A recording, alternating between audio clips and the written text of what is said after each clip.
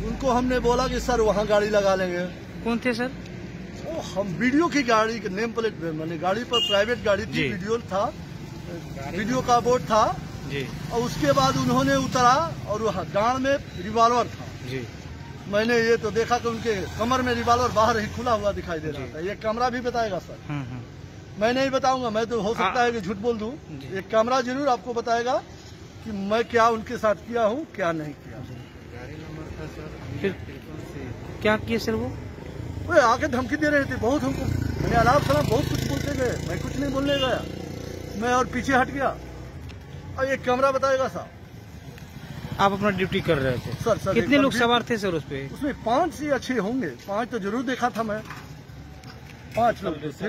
भी नहीं हो रहा जी, सोशल डिस्टेंसिंग भी पालन नहीं है वो तो प्राइवेट गाड़ी है। वीडियो ठीक है, बोर्ड लगा हुआ बीच में एकदम लगा दिए थे आपने? यही लगाए हुए थे जो सिर्फ आपने कहा कि साइड करी तो बस पिस्टल निकाल दिया साहब। पिस्टल निकाल दिया सर? वो पिस्टल आके था पूरा, आप पता करेंगे। क्या नाम हो सर आपका? विंध्याचल से नाम हुआ मेरा।